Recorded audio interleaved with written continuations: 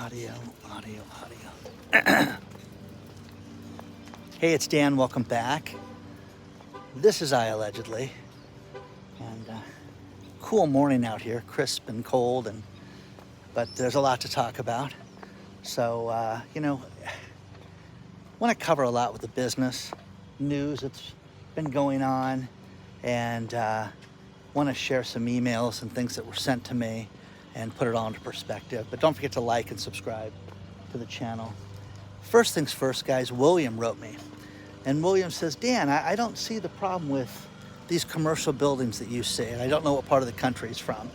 But I explained it to him via the email what the problem is. And I know this firsthand with talking to these foreclosure friends of mine, and that the banks have just not given people, any heat that haven't paid. They have not leaned on them. They have not threatened them.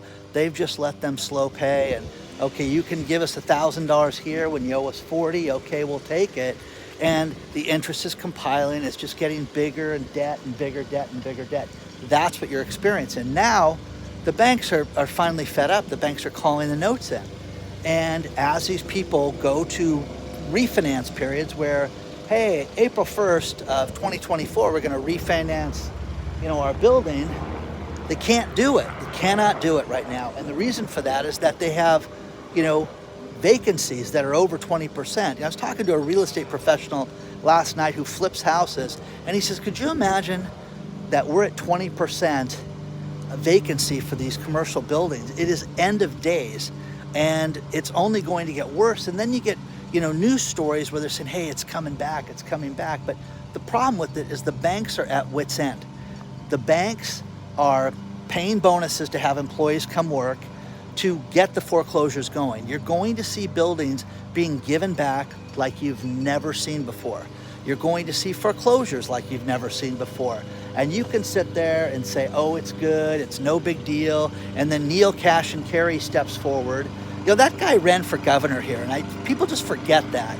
And this guy is just, his word was no good, okay? And this guy steps forward yesterday and was talking about, hey, we may cut, we may not cut.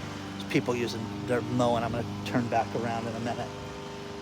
But it's very serious because everybody's thinking that the magic panacea to cure this is going to be rate cuts, and it's not. What if they don't happen? Well, they're going to happen, Dan. It's an election year. We have to do this. No, we don't. Okay? Pittsburgh wants to give tax breaks for vacant buildings right now. Now remember, they anticipate that over 24% of all buildings in Pittsburgh are vacant right now. You could see it as high as 50% in the next 24 months. But what they want to do is give a tax break to office building owners to have them convert this stuff to residential property. That's great. Well, the only problem is that smart city council member and smart business owners stepped forward and said, wait a second. The way that this is written, this is going to benefit empty car lots. It's going to benefit, hotels. It's going to benefit people that are not going to convert anything. A hotel is not a house is not a hotel, is what this person said. And it made so much sense because they're going to try to, do smoke and mirrors and have bureaucracy fix something with no plan to it. Okay? So you're going to see such a problem moving forward. Okay? And I just want everybody just to understand that because you haven't seen anything yet. The problem with the $20 an hour, it's coming to a city near you guys. You're going to see this. And the problem that you see is that people that do every type of job want to get paid more right now. I should get paid over $20 an hour to do my job because that's what the fast food workers are getting. Now you had the Foster's Freeze close a couple days ago. That was bad news. Well, one that just happened in Northern California was a place called Mod Pizza, M-O-D. And I'm really familiar with this because there's one in Huntington Beach. It's great, but it's one of those places where you walk in and they have the the dough. What do you want on it? You want regular sauce, you want red sauce, you want white sauce, and they make your pizza. It's a thin crust, but it's really, really crispy and good and tastes great. 5 of those closed. But last time I was in Mod, I was sitting there because they were nice, but there were 7 people working, okay? So think about this, guys. I've had people write me over and over and over again about the increase in the expenses. You're gonna see these pizzas go to $25 a piece to make your own pizza. It's crazy, and nobody can afford this. Now, Olive Garden steps forward and says, we're no longer a mid-range restaurant. We're high-end. Olive Garden, high-end. Let's go out. Let's get dressed up. Going to Olive Garden. So, craziness, guys.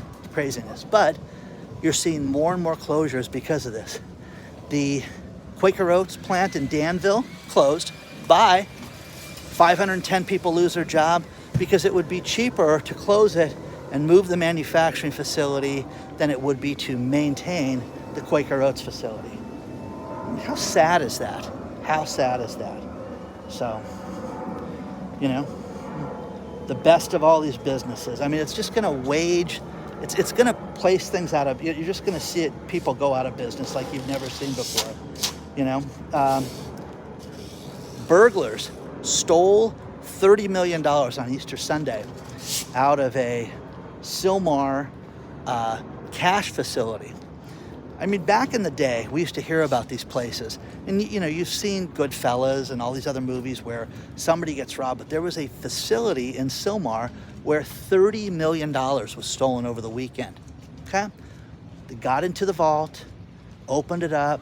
Nobody knew about anything until they got into the vault on Monday. So inside job, yeah. You know it was. Somebody had the password. Somebody didn't trip the alarm, but it was $30 million in cash. And the employees that they started interviewing who didn't want to go on camera was like, we had no idea there was $30 million here. This was like, we thought it was like ATM money and certain small businesses that would park their cash there. Well, somebody knew that Easter Sunday, nobody would be around, and they got $30 million. $30 million was stuff. You'll see a movie about this someday. So, you're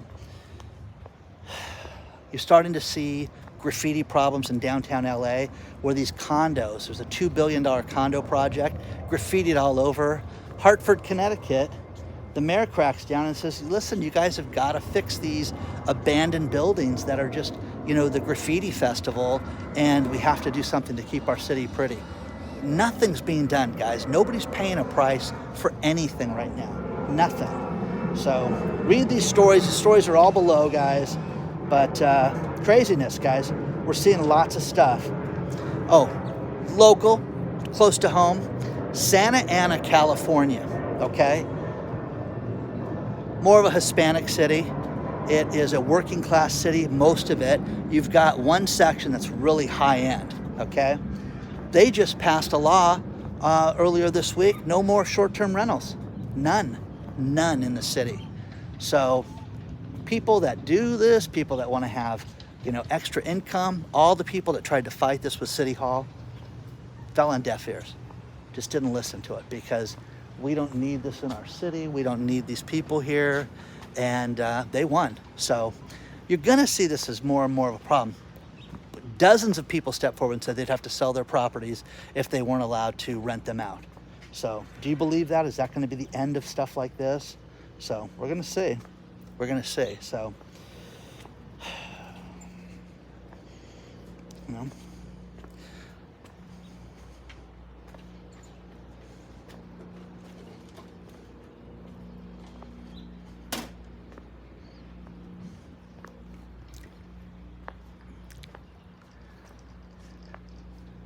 we are seeing mortgage demand drop off a cliff right now. And every time I talk about this, I get the story saying, real estate sales are up, Dan. Everybody's doing great. It's just a matter of time until things turn around. Okay. So multi-family properties, the 5-story buildings that you guys see, those dormitories that are going up. And I don't care if you live in Davenport, Iowa, Georgia, you live, here in Southern California. These things are all over the place. And the problem with it is that they're running out of money. They're, cannot complete these things. You're going to start to see supply chain issues. Remember 3 years ago, 2021, how bad the supply issue was? I'd go out to look at the boats. You'd see hundreds of boats out there, you know, and we're going to see this affect the East Coast like we've never seen it before, with that one port being closed. And just a matter of time until we have these supply chain issues as we enter spring, which we shouldn't have things like that as we do this. So, you know, more layoffs in 3 different states. You know, they have these laws that if you lay off more than 100 people, you have to give them the 60-day notice. And you've got an e-commerce fulfillment company, Shipmonk's going to lay off 148 people. You've got, who else? There was 2 other ones.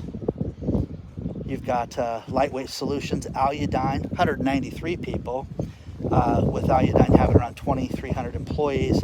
And then the staffing company is going to lay off another 230 people. So where does it end, guys?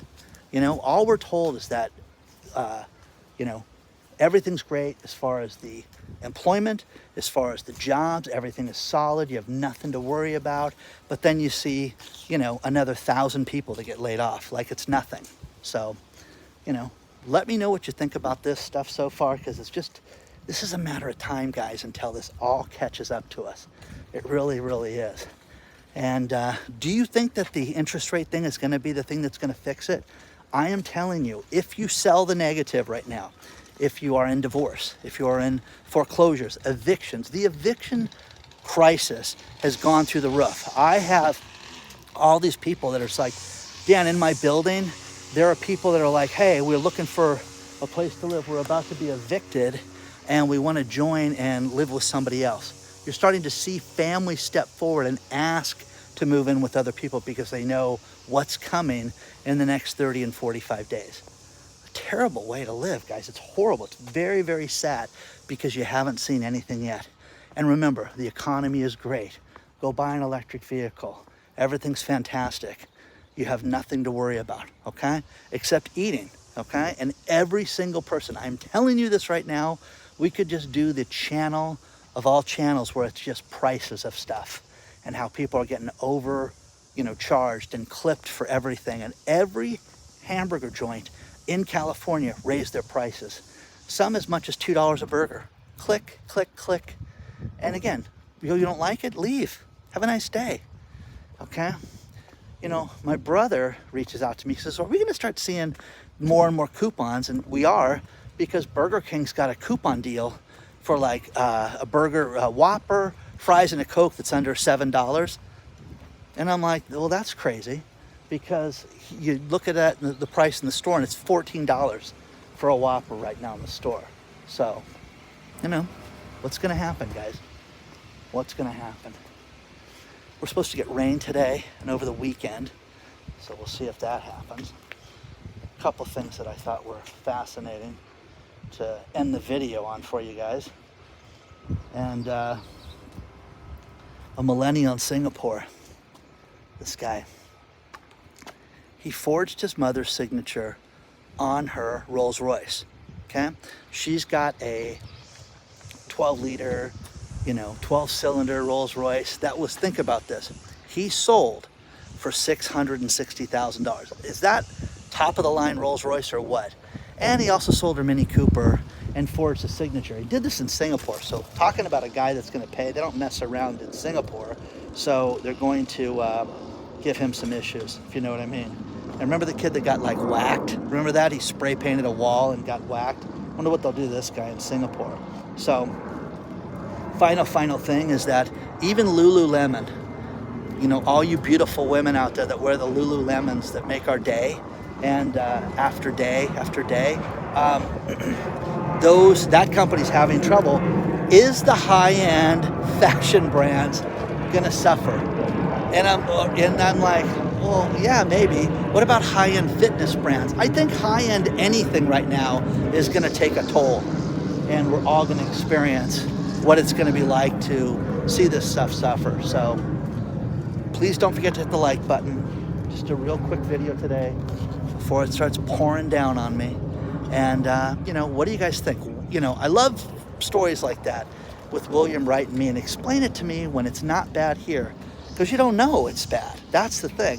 Think about this. When you have these buildings that cannot be refinanced, it really is, for being complicated, it's a very simple business. When you have a building, what's your vacancy rate?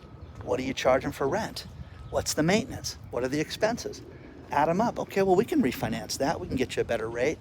Only problem is you can't get a better rate right now. It's basically doubled. There's so much talk right now about how housing prices have gone through the roof and mortgages have gone through the roof right now. You're seeing stuff where mortgages have basically doubled over the course of the last few years. Who's going to be able to survive this? Who's going to be able to make it right now? And all this talk about the realtors. Oh my God. There's a lot of talk that they're going to throw out this NAR settlement and the latest one. And I can't verify it. So if anybody has any real ammo on that and that they want to get rid of this commission-based structure for realtors, let us know, because I would love to hear about that. So please don't forget to hit the like button, subscribe to the channel. If you are on the email list, check your spam filter, because an email went out yesterday, okay? So I will see you guys very soon.